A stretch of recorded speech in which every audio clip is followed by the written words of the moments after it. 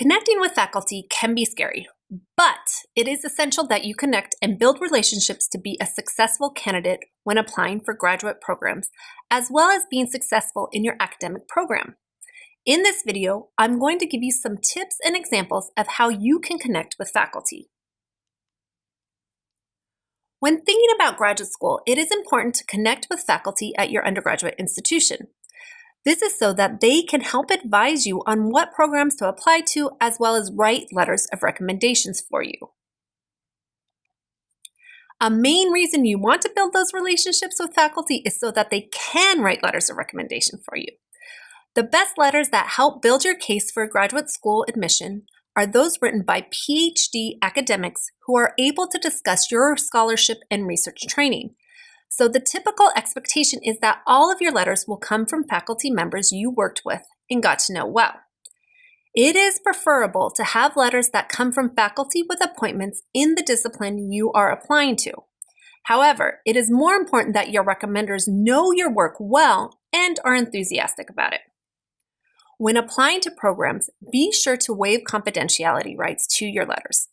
No one will take your letters seriously if they are not written in confidence, and this is the norm. It is also important to realize that faculty expect students to ask them to write letters of recommendation, especially if you have built a relationship with them. So, while it may be intimidating to ask for letters, it really isn't a big deal as faculty write many letters. And there is a good way to ask for letters. But first, let's talk about ways to build relationships with faculty before requesting those recommendation letters. Building relationships with faculty is not easy for students, but it is key if you want to have those great letters of recommendation. And luckily, there are various ways you can connect with faculty.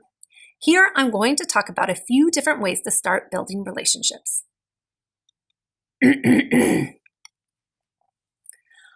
The most basic way for students to start to develop relationships with faculty is by taking a class or two with them. However, attending class and even participating in discussions is just the beginning.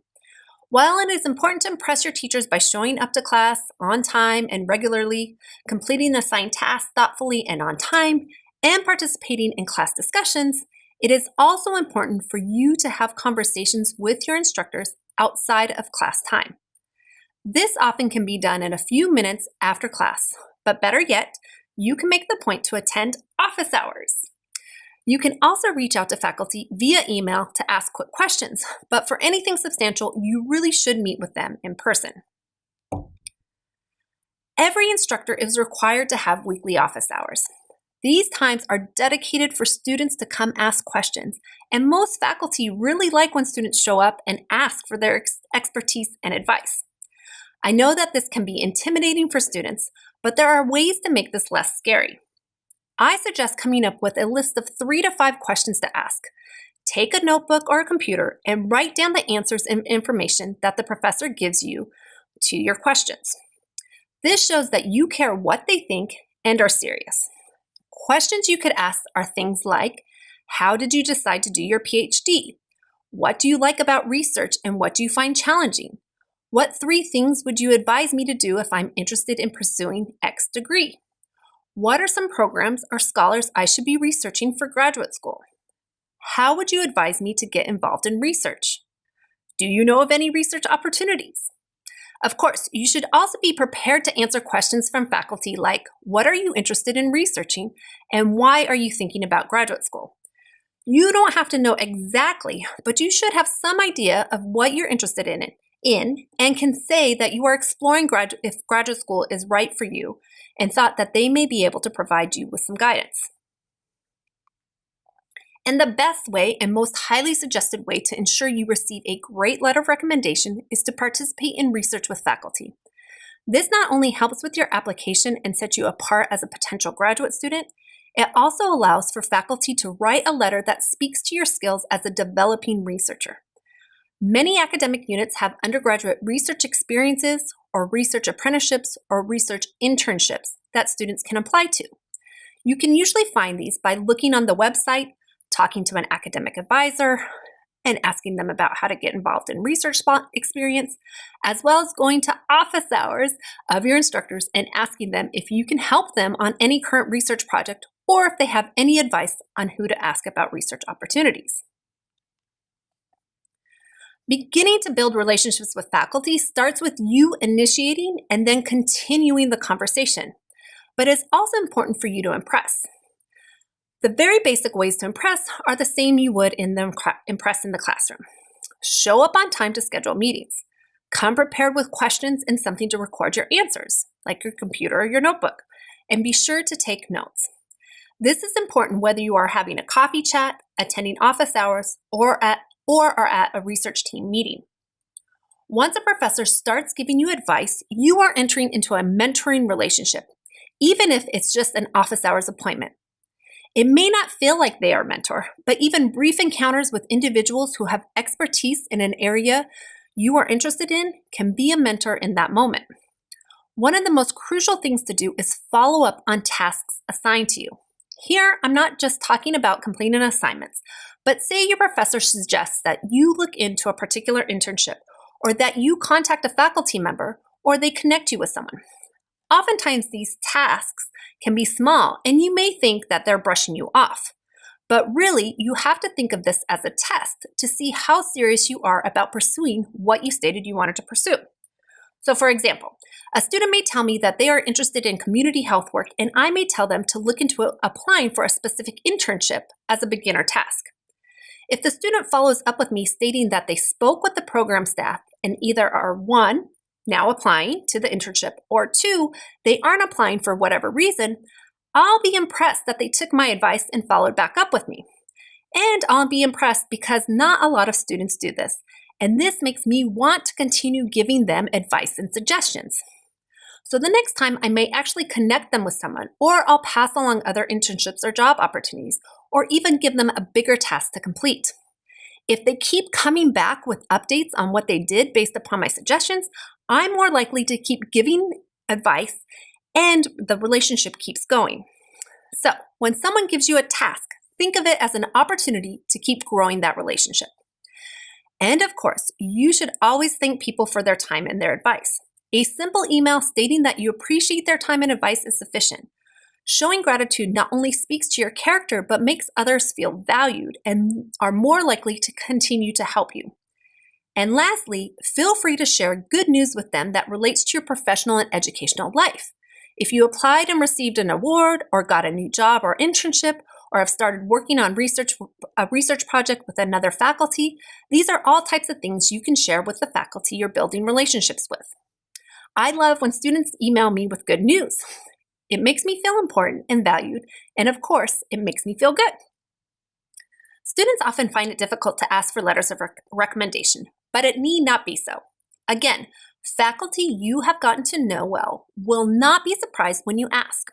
However, there is a general way you should ask that will help make the process smoother. Ideally, you have already been discussing whatever programs you're applying to with your professor and potentially asking for their advice, even if just an email. This can include what programs you should apply to and advice on writing your statement of purpose.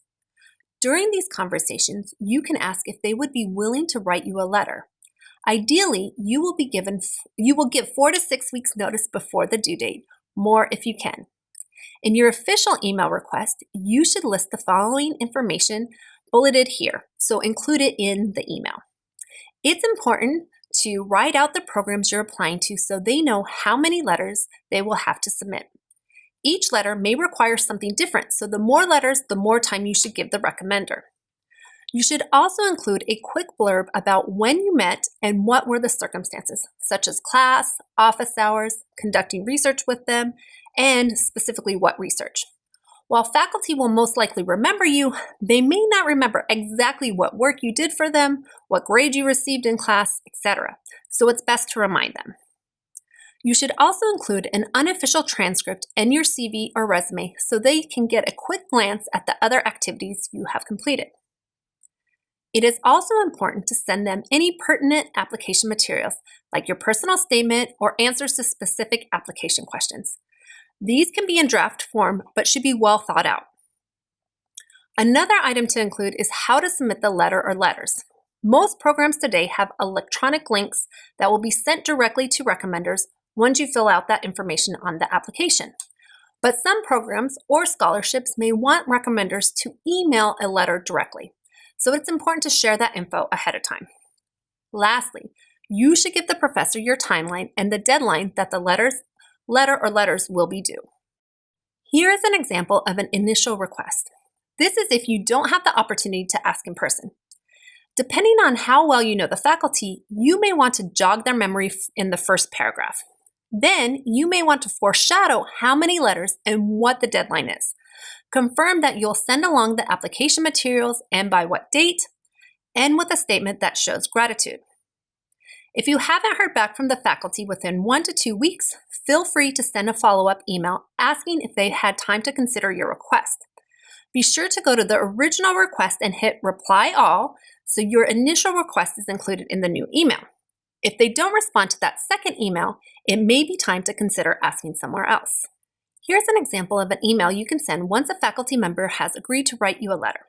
Notice that it lists the programs the student is applying to and the deadline. That the student has attached their application materials as well as a quick blurb about when they met. This is quite important because recommendations often ask how long we have known the student and in what capacity. The email concludes with a thank you and a willingness to provide anything else. Short and sweet. Students are often worried about applying to graduate school later. You may think faculty will forget who you are. Well, if you have taken the time to build a relationship, that's not that likely to happen. Before you graduate, you should have a conversation with your recommenders about your plans to potentially apply to graduate school down the road. You can ask if they would be willing to be a recommender and if and when you decide to apply, and then promise to keep in touch. Then you should keep in touch. This can be once or twice per year. After all, time flies by.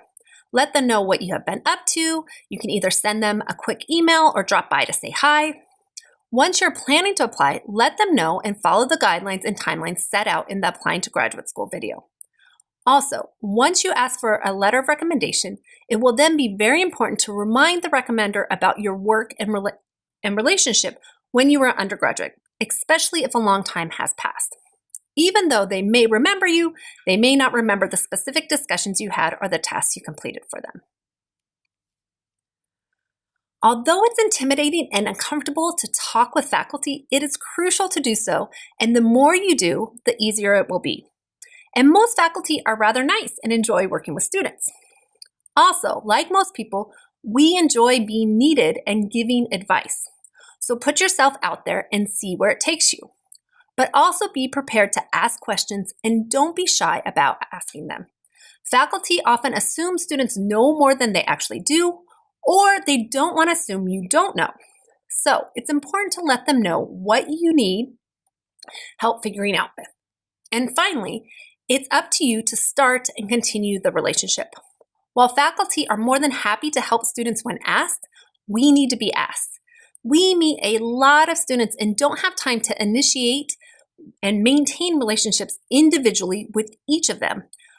But we are more than happy to spend time with students who show interest in our work and expertise. Therefore, students who continue to reach out are the ones who we will make time for and are typically happy to connect with.